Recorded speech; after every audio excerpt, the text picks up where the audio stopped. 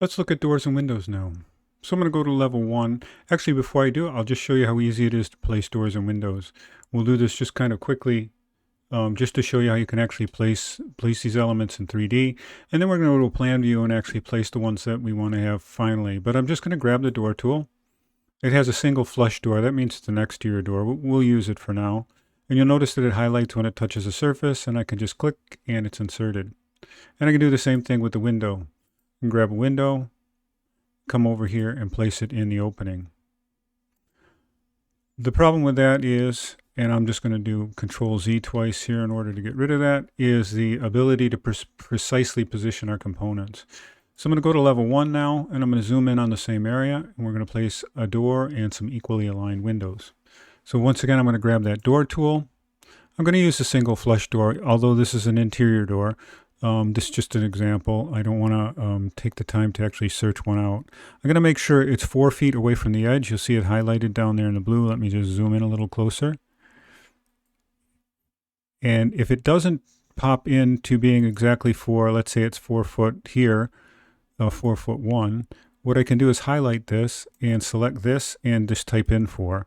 And now I have a precise alignment of that. Now our door is swinging out, which is good. It's considered an egress door, an exit, a fire safety exit door. So I'm fine with that, and I'm actually fine with the swing of it. I could change this in if I wanted to. I wanted to make it swing in. I can click the 2 arrows, and I can click the other 2 arrows to make it swing either right-handed or left-handed.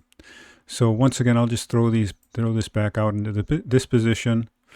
And now we'll look at placing some windows. And the first window I'm going to place is, I'll use that same 36 by 48. We're going to change these as we move along. So I'm just going to randomly place a window.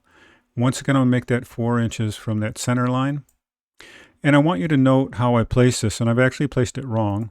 The glass right here, if I zoom in here, I want to show you another setting. The lines are very thick here when I zoom in.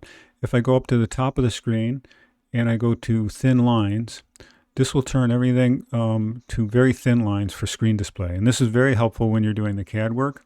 The thick lines is how it looks when it gets printed out on a sheet of paper. And this would be very small, so these lines wouldn't look that thick when printed out on paper.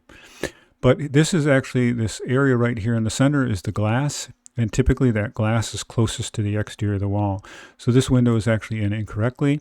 And the easiest way to solve that problem is just to flip the window by clicking those buttons up there. So now I have that window placed exactly at 4 feet according to the center line of the window. Now what I want to do is I want to fix the location of these 2 window systems, or the window and the door.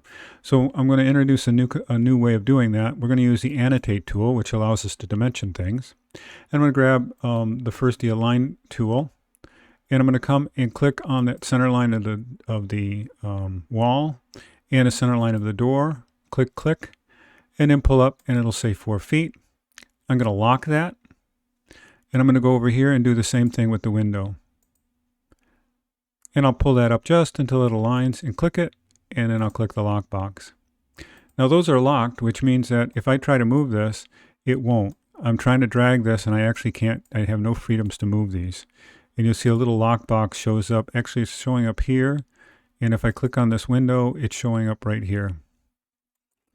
Now we're going to go ahead and look at this in 3D so we get an idea of what we have. We have 1 window set on the edge and 1 door set over here. I'm going to go back to level 1, and I'm going to place a few more windows in here, and then we're going to figure out how to align those. So I'm going to go back to architecture, grab the window. We're going to allow it to select that same 36 by 48 window, and I'm going to come in here and just drop a few in. Now what I want to do is get these all aligned equally, and I've randomly placed them in.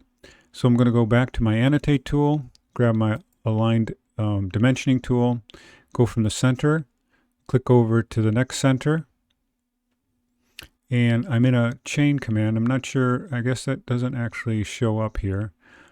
Center line of the window, center line of the window, center line of the window, click, center line of the window, center line of the window.